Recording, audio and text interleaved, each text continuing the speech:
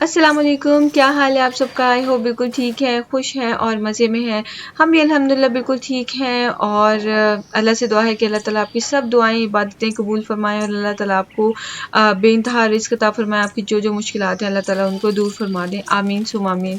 तो यहाँ पे जनाब बन रहे हैं आज रेशा कबाब रोल और मैं आज कुछ ज़्यादा करने का प्लान नहीं था, तो मैंने सोचा कि शामी कबाब बनाए हुए हैं तो उन्हीं को यूज़ करती हूँ। यहाँ पे मैं फ़्रोज़न चपाती बनाने लगी हूँ। 2 तवे मैंने ऑन कर लिए हैं ताकि ज़रा जल्दी से हो जाए। और फ़्रोज़न पराठे जो है ना वो मैं यूज़ कर रही हूँ अल बेकर के, और वो व्हीट पराठे हैं, प्योर गंदम के पराठे हैं, उसमें बिल्कुल मैदा वगैरह उन्होंने नहीं डाला हुआ, तो वो बहुत अच्छे हैं। लेकिन ये जो चपाती थी ये पता नहीं कौन से ब्रांड की थी, लेकिन चपाती मैं दोबारा कभी नहीं लेके आऊँगी क्योंकि ये पेपर थिन तो है चपाती की तरह, लेकिन इसके अंदर बहुत ज़्यादा ऑयल है, बहुत ही ज़्यादा। तो जो फ़्रोज़न पराठे हैं अल बेकर के, ट्रस्ट मी वो इतने अच्छे हैं। मेरे जैसे जो लोग हैं ना जो आटे गूंदने से और रोटियां बनाने से भागते हैं दूर, तो उनको ये अच्छा सोल्यूशन मिल गया कि फ़्रोज़न पराठे मेरी फैमिली शौक से भी खा लेती है और मुझे मेहनत भी नहीं करनी पड़ती सहरी के टाइम पे उठ के। तो आप में से बहुत से लोग कहेंगे कि नहीं ये क्या बात हुई, बट अपना अपना होता है यार, नहीं दिल करता किसी बंदे का, तो मेरा बिल्कुल भी रोटियां बनाने का दिल नहीं करता। तो और फिर मैं रहती भी नहीं हूँ ससुराल में कि मेरे ऊपर कोई ज़िम्मेदारी ज़बरदस्ती काम करना पड़े, कि ज़ाहिर है जब सब कर रहे होते हैं तो आपको भी करना होता है। तो यहाँ पे तो अपना ही राज है, तो फिर मैं अपनी मर्ज़ी से जो दिल करे वो कर लेती हूँ, और फैमिली कोऑपरेटिव है तो वो उस चीज़ में एडजस्ट हो जाते हैं। तो ज़्यादातर तो मैं उनसे कुर्बानियाँ एक्सपेक्ट नहीं करती, लेकिन सिर्फ़ एक ये जो पराठे और रोटियों वगैरह वाला सीन है ना, उसमें वो मेरे लिए आराम से एडजस्ट कर लेते हैं। तो वो जनाब बातों बातों में रोटियां तो हो गई हैं। यहाँ पे मैं ये पानी थोड़ा सा ले रही हूँ, रूम टेम्परेचर पे मैंने लिया है पानी, टैप वाटर है, और इसके अंदर मैं ये फ्रोज़न जो दही बड़े थे वो डाल रही हूँ। अक्सर क्वेश्चन आते हैं कि इनको आप डीफ्रॉस्ट करके डालती हैं या नहीं, तो बिल्कुल भी नहीं, फ्रोज़न निकाले डायरेक्ट डाल दिए, 5 मिनट में सॉफ़न हो जाते हैं। और ये शामी कबाब भी मैं इसी तरह ही फ्राई करूँगी फ़्रोज़न, इनको भी मैं डीफ्रॉस्ट नहीं करूँगी, लेकिन इनके अंदर चूँकि मैंने एग शामिल किया था तो मैं इनके ऊपर दोबारा से अंडा नहीं लगाऊँगी। और अगर आपको इसकी रेसिपी चाहिए तो मैं डिस्क्रिप्शन बॉक्स में इसकी रेसिपी जो लिंक है वो ऐड कर दूंगी, आप उस वीडियो को देख सकते हैं। और ये ज़बरदस्त किस्म की शामी कबाब हैं, इसकी आप रेसिपी जो है वो नोट डाउन कर सकते हैं। तो बहुत अच्छे बनते हैं और रेशा भी खूब सारा होता है, आगे मैं आपको दिखाऊंगी। थोड़ा सा मैंने इसमें ऑयल डाल दिया है और इतने से ही ऑयल में ये बन जाते हैं, इनको डीप फ्राई करने की कोई ज़रूरत नहीं है, हल्के से ऑयल में बहुत अच्छे से पक जाते हैं ये देखें जी। अच्छा, मुझे अपने बारे में एक बात बहुत फ़नी लगती है और ये आप लोगों ने मुझे बताई है। मैं कहती हूँ मैं कोशिश करती हूँ ऑयल कम खाऊं, लेकिन एट द सेम टाइम कभी मैं कुछ फ्रोज़न खा रही फ्राइड खा लेती हूँ, कभी मैं क्या करती हूँ कि कुछ निकाल के मीठा बना लेती हूँ। तो इस तरह से है, तो फिर मुझे खुद भी हंसी आती है कि हाँ यार, हम लोग कौन सा न्यूट्रिशनिस्ट हैं। ठीक है मैं फार्मासिस्ट हूँ, लेकिन न्यूट्रिशनिस्ट तो नहीं हूँ कि मैं हर चीज़ का मुझे वो ख्याल हो, मेडिसिन हो तो उसका मुझे सब पता होता है, लेकिन ये वो चीज़ है कि मुझे भी आप सब की तरह सीखनी होती है ज़ाहिर है। तो एक तरफ जो है वो ख्याल रखती हूँ तो दूसरी तरफ गलती कर रही होती हूँ। लेकिन खैर ये है कि मैं बुशरा ने जब से मुझे फरीहा जे का बताया है तो मैं थोड़ा बहुत उस डाइट को जहन में रखती हूँ, रिलीजियसली फॉलो नहीं कर रही, लेकिन बस ये है कि I just watch what I eat और पोर्शन कंट्रोल अच्छे से करने की कोशिश कर लेती हूँ। तो मुझे काफ़ी फ़र्क पड़ रहा है, और रमज़ान में ना तो मुझे जो है ब्लोटिंग हो रही है, ना मेरा वेट गेन हो रहा है, कोई ऐसा मसला नहीं आ रहा। तो शामी कबाब तो हो गए। यहाँ पे मैंने थोड़ी सी ये इमली सॉस ले ली थी, और ये देखें दही बड़े जो है मैं पानी से इस तरह से स्क्वीज़ कर रही हूँ, पानी उनका हाथों की हेल्प से। बहुत आसान प्रोसेस है। दही बड़े बनाना जो है ना वो बिल्कुल भी मुश्किल नहीं है। सिर्फ ये कि बना के फ्रीज़ कर लेना तो और भी मज़ा आता है कि जल्दी जल्दी हो जाता है। आज मेरी आवाज़ थोड़ी सी ख़राब है क्योंकि मैं सो के उठी हूँ, तो साथ ही मैं वॉइस ओवर करने बैठ गई हूँ क्योंकि हम लोगों ने ज़रा जाना है, मुझे जाना है खाड़ी कपड़े लेने के लिए। तो पहले तो यही सोचा था ना कि पाकिस्तान जाके ही लूँगी, क्योंकि पहले मैं मंगवाती थी पाकिस्तान से, लेकिन उस तरह मज़ा नहीं आता ना कि आप अपनी मर्ज़ी से शॉपिंग करो, ऑनलाइन देख के ख़रीद दिए और घर वालों ने आपको भेज दिए, तो ऐसे मज़ा नहीं आता। लेकिन अब दिल चाह रहा है कि नहीं, थोड़े से तो कपड़े हो ना इफ्तारियों वगैरह के लिए, तो मेरे पास पाकिस्तानी कपड़े हो ना, तो मैं फिर जा रही हूँ इंशाल्लाह खाड़ी। तो वो वहाँ पे मैंने माइक्रोवेव में रख दी है जो पुदीने की चटनी की क्यूब्स हैं, और उनको मैंने डिफ्रॉस्ट होने के लिए रख दिया है, और यहाँ पे मैं टोमेटो के स्लाइसेस कट कर रही हूँ।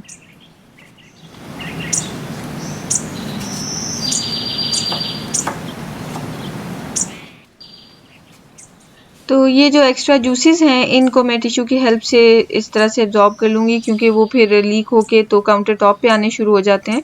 तो उसके बाद मैं प्याज की कटिंग कर लूँगी। और ये चॉपिंग बोर्ड जो है ना ये बहुत ही मज़े का है, बेंडेबल है, और ये मैंने IKEA से लिया हुआ है। सऊदी अरब में भी था ये और यहाँ पे भी मिलता है। आई थिंक 17-18 दिरहम्स में 2 का सेट मिलता है। एक ग्रे कलर का होता है, एक ब्लू कलर का होता है।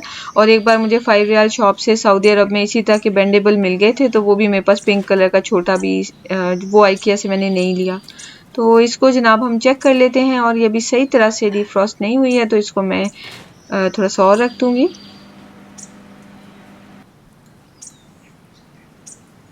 थोड़ी सी जो ये चटनी है इसके अंदर मैं योगर्ट मिक्स कर दूंगी, क्योंकि जो ये रोल्स हैं इसके अंदर मैंने योगर्ट में मिक्स करके डालनी है, क्योंकि अगर कोई भी सॉस मैं बहुत थिन और रनी सी डालूंगी तो फिर वो बहुत जल्दी रोल में से जो है ना, रोल को एक तो सॉगी कर देगी और उसमें से लीक करने शुरू हो जाएगी खाने के टाइम पे, तो वो फिर प्रॉब्लम क्रिएट हो जाता है।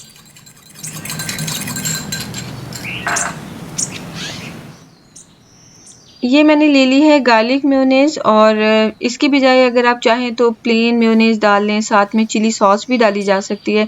ये वाले जो रोल्स होते हैं ना इनके साथ वर्सेटिलिटी लेके आते हैं अपने साथ, आप जो चाहें इसमें डाल लें और वो अच्छा ही लगेगा। लेकिन हाँ, सिर्फ कुछ कॉम्बिनेशंस आई थिंक ऐसे वियर्ड होंगे जो नहीं अच्छे लगेंगे। फॉर एग्जांपल अगर आप इसमें मस्टर्ड पेस्ट डाल देंगे तो mustard paste and shami kebab do not go well in my opinion, in my personal opinion. अगर मैं उसको टेस्ट इमेजिन करूँ तो वो बिल्कुल एक दूसरे कॉम्प्लीमेंट नहीं करेंगे। तो खैर, लेकिन ये कि मोस्टली जो केचप है, जो सॉसेज हैं, चटनीज़ हैं, वो बहुत अच्छी लगती हैं इसके साथ। तो इसके अंदर अब मैं शामी कबाब ऐड कर दूंगी। इनको मैंने थोड़ा सा हाथ से तोड़ लिया है और मैंने इतने टाइनी से बनाए हैं कि लिटरली 2 बाइट साइज़ ये कबाब्स हैं।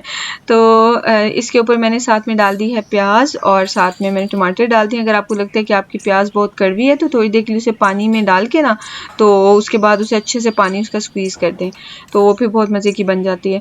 और यहाँ पे मैंने इसके ऊपर जो चटनी थी दही वाली और मिंट वाली वो भी डाल दी है, और साथ में ये इमली की चटनी है ये भी डाल दी है।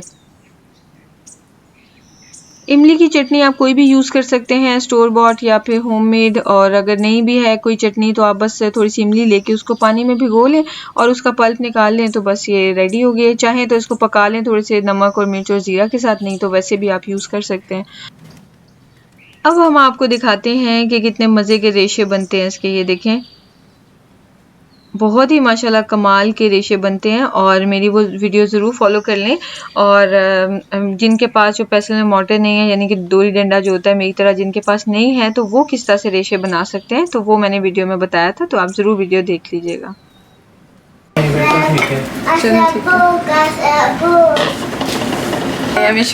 I'll buy the books later. Okay? You can sell your books to Baba and Illa. इस एज के बच्चों की हरकतें माशाल्लाह बहुत प्यारी लगती हैं। मिशारी जो है वो आजकल, जो फेबी है स्पाइडरमैन, उसका जुनून थोड़ा सा कम हुआ हुआ है, और आजकल एक तो किंग कॉन्ग का जुनून है। आपको इसके हाथ में हर वक्त किंग कॉन्ग नज़र आएगा। और सेकेंडली इसको पिंक कलर के टॉयज़ का बहुत ज़्यादा जुनून हो चुका है। जो भी चीज़ चाहिए उसे पिंक ही चाहिए, उसको कुछ ब्लू या रेड पहले शौक से लेता था, फेबी कलर, फिर ग्रीन लेता था, हल्क कलर, लेकिन अब जो है वो उसको सिर्फ उसे पिंक चाहिए। तो ये एज बड़ी प्यारी होती है, बहुत मज़े की होती है। बच्चे जो है वो, उनकी चॉइसेस जब चेंज होती हैं तो सारी क्लमजी से रिडिकुलस चॉइसेस होती हैं उनकी। तो बहुत ही क्यूट लगती हैं माशाल्लाह। तो यहाँ पे ये देखें दही बड़े हो गए हैं रेडी, और इसके ऊपर मैंने डाला है नमक और चाट मसाला, और इसके अलावा ज़ीरा, और थोड़ा सा ज़ीरा पाउडर भी डाल दिया है सादा, और ज़ीरा भी डाला है। और इसके साथ मैंने इसके ऊपर ये हरी चटनी डाल दी है। इसमें मैंने योगर्ट मिक्स नहीं किया था, जस्ट ये डिफ्रॉस्ट करने के बाद वाली चटनी है। तो साथ में मैंने इसमें डाल दिया है जी इमली का पेस्ट। जो हरी चटनी है इसमें सिर्फ हरी मिर्च होती है और पुदीना होता है, थोड़े से पानी में मैं डाल के इसे ब्लेंड कर लेती हूँ। इसमें इवन मैं नमक वगैरह भी नहीं डालती, ताकि जिस भी चीज़ में डालना है उसके अकॉर्डिंगली उसी टाइम पे एडजस्ट कर सकूँ। थोड़ी सी मैंने इसके ऊपर प्याज डाल दी है। कभी कभी मैं इसमें आलू बॉईल करके टमाटर वगैरह भी डालती हूँ, प्रॉपर दही बड़े बनाती हूँ। अब ये पराठा रोल्स जो है इनको हम रैप कर लेते हैं। ये मैंने ब्राउन पेपर ले लिया है, काफ़ी थिक सा है, सो ये जो भी अगर कोई सॉस ड्रिप होगी इसमें से तो उसको कंटेन कर लेगा। और साथ में मैं इसको स्ट्रिंग की हेल्प से इसको सिक्योर कर दूंगी, और बहुत क्यूट सी एक नॉट भी बना दूंगी इसकी। अगर आपके पास ये वाला पेपर नहीं है तो आप कोई भी रैपिंग पेपर वगैरह भी यूज़ कर सकते हैं, वो भी क्यूट लगेंगे इसके साथ। इस तरह के किसी भी पेपर से आप बहुत प्यारी प्यारी चीज़ें डेकोरेट कर सकते हैं, और ये पराठा रोल्स वगैरह जो है ना वो बहुत ही अच्छे लगते हैं। और अगर आपने कोई कपकेक्स बनाने हों तो उसी डिज़ाइन का या उसी कलर से मैचिंग जो है वो आप रैपिंग पेपर लेके आ सकते हैं। तो इस तरह से आप एक अच्छा सा थीम भी दे सकते हैं अपनी टेबल को। तो बहुत कुछ किया जा सकता है, लिमिटलेस ऑप्शंस होते हैं, तो ज़रूर ट्राई करके देखें। थोड़ा सा एक्स्ट्रा टाइम तो लगता है, लेकिन worth spending your precious time. Cute लगता है और फैमिली को भी अच्छा लगता है, और एंजॉय भी सारे करते हैं। तो यहाँ पे मैंने ये डाले हैं कुकीज़, थोड़े से ये डेनिश कुकीज़ हैं जिनको हम बटर कुकीज़ भी कहते हैं। तो ये मेरे पास एक बॉक्स पड़ा हुआ है, तिहामी में शादी अक्सर शौक से खाते हैं, तो इसलिए रखा होता है मैंने। तो यही मैंने थोड़ा सा इसके अंदर क्रम्बल करके डाल दिया है।